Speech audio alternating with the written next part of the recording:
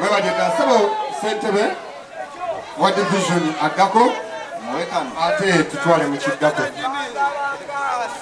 Abakulembeze banaatera okututuukako. Bassebo ne bannyabo, embeera yonna eraga nti Omugalatiya Dr. Abedi Bwanika atutuukako. Okakasa atuuka? Nkakasiza ddala nti obubonero bwonna bulaga nti omubaka w'ekitundu kino Omugalatiya Dr. Abedi Bwanika omubwati tugenda kumwaniriza mu sswaga atuuka. Tegeka akadoli kajja mwaniriza wali ojjenga bw'okyusa abawagizi bange bonna. Tugenda tumuloneko wali mpolampola. Tukuloneko mpolampola. Abali mu tenti tuyimirire, tugenda okubeera nga twaniriza ababaka Honorable Juliet Kakande, omubaka omukyala ow'ekibuga Masaka. Tugenda kwaniriza Omugalatiya Mwanyiterima omubwati atalina Omugalatiya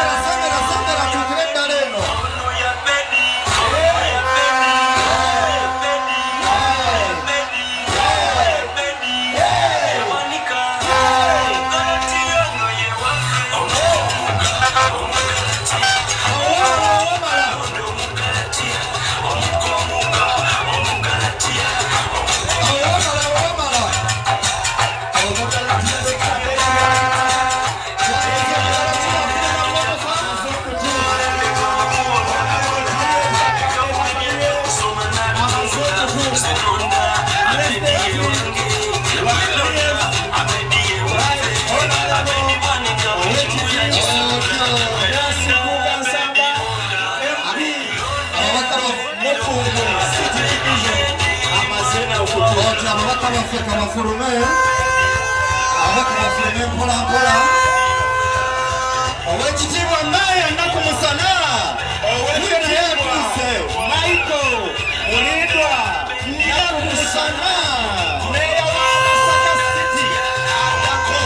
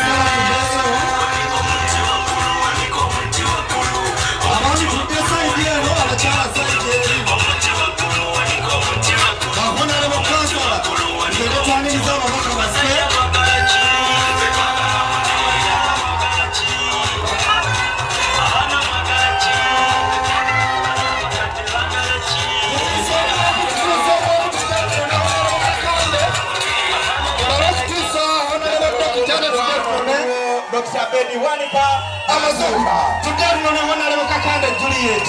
Honorable Juliet Kakande, Aringira naye.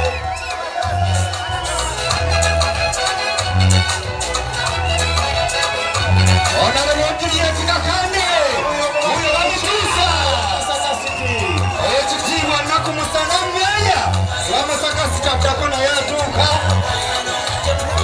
President tugenda muno n'oluvannyuma tumale okutuusa abantu tulina President tugenda muno naawe waali awo tumunonaawo wala okutuusa Honorable Juliet Kakande Nakabuye oyo atuuka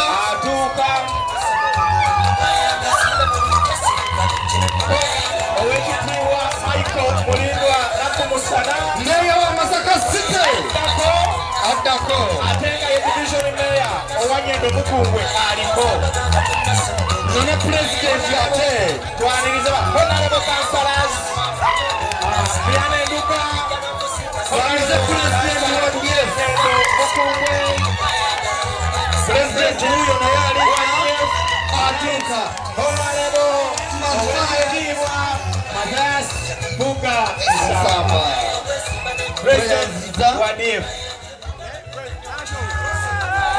Otio President tukwaniriza webale kutuuka ate era ne Honorable Councillor abakimanya kabonera nabo balinnya waggulu bamaze okwaniriza abakulu